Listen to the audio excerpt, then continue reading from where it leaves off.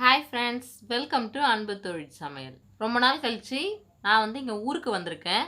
ஆரணியில் அம்மா வீட்டுக்கு வந்திருக்கேன். எங்கள் அக்கா பசங்க எல்லாருமே இருக்கோம்.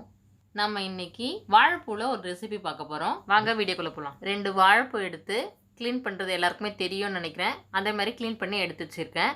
பொடியாக கட் பண்ணிக்கோங்க, ஏன்னா தண்ணி இல்லாமல் வேக வைக்க போகிறோம்.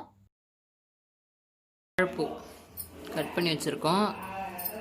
கடலைப்பருப்பு 1.5 கப் அளவுக்கு வேக வச்சு எடுத்துக்கணும். இது நீங்கள் தண்ணியில் மோரும் கல்லுப்பும் போட்டு கட் பண்ணி போடுங்க. எப்பயும் வெளியில் எடுத்தால் இந்த மாதிரி வெள்ளையாகவே இருக்கும். வாங்க எப்படி செய்யணும்னு பார்த்துக்கலாம். எண்ணெய் விட்டுக்கலாம். 2 வாழைப்பூக்கு தேவையான அளவு எண்ணெய் போட்டுக்கலாம். பார்க்கலாம்.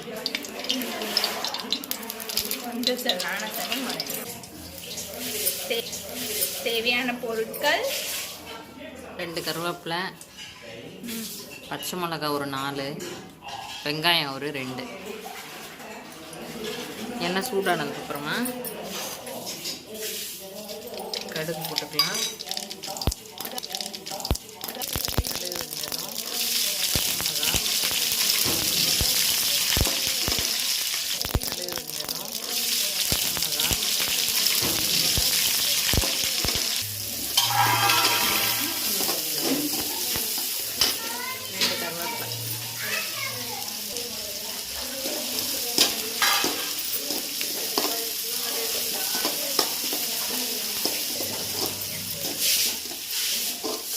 வேக வச்சு கடலைப்பருப்பும் எடுத்து வச்சுக்கலாம்.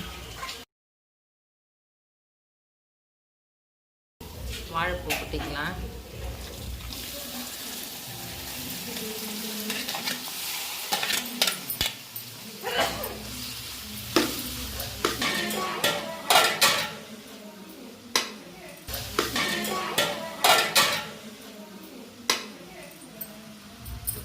ஹை ஃப்ளேமில் வச்சு நல்லா கலந்து கொடுக்கணும், வேகணும்.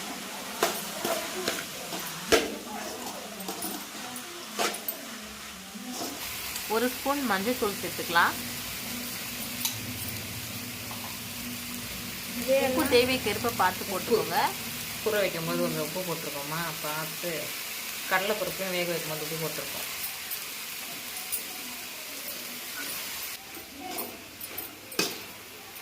இதுவே தண்ணி விடும், தெரியுதா? தண்ணி எதுவும் ஊற்றாதீங்க, அதுவே தண்ணி விடும். இந்த தண்ணியே குக் ஆகிரும். கலந்து கொடுத்துட்டு மூடி வைக்க வேண்டியது தான். உப்பு டேஸ்ட் பண்ணி பார்த்துட்டு மூடி வச்சுட்டு 5 மினிட்ஸ் கழிச்சு பார்க்கலாம்.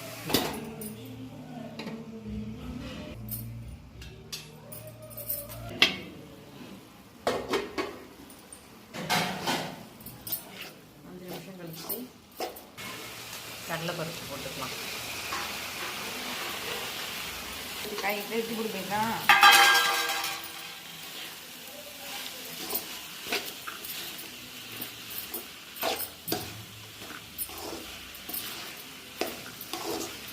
தண்ணியே சேர்க்கக்கூடாது.